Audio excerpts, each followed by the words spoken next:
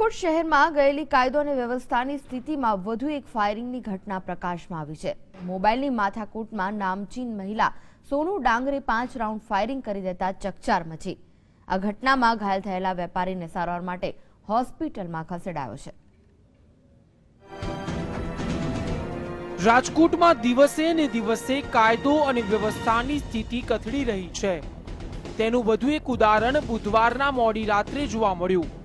બનાવની વિગત એવી છે કે રૈયા રોડ પર આવેલી એક મોબાઈલની દુકાનમાં એક યુવક મોબાઈલ વેચવા આવ્યો હતો, પરંતુ દુકાનદારે ના પાડી હતી, જેની અદાવત રાખીને તે યુવક બુધવારે પોતાની સાથે સોનુ ડાંગર નામની નામચીન મહિલા સહિત 4 વ્યક્તિઓને દુકાને લઈ આવી માથાકૂટ કરી હતી।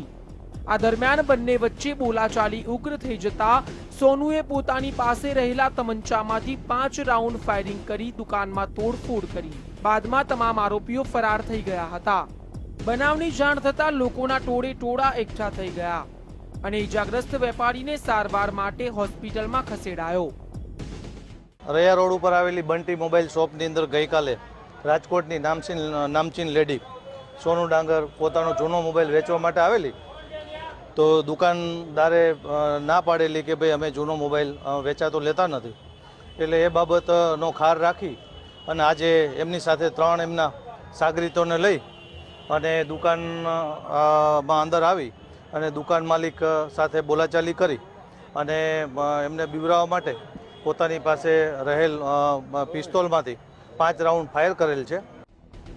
ફાયરિંગ કરનાર નામચીન મહિલા સોનુ ડાંગર અગાઉ મારામારી, જમીન પચાવી પાડવા સહિતના ગુનાઓમાં જેલવાસ ભોગવી ચૂકી છે। ત્યારે હવે આવી ઘટનામાં પોલીસ કેટલી આક્રમકતા દાખવે છે તેના પર વેપારીઓ અને સ્થાનિકોની નજર છે। જયેશ ઠકરાર, GSTV, રાજકોટ।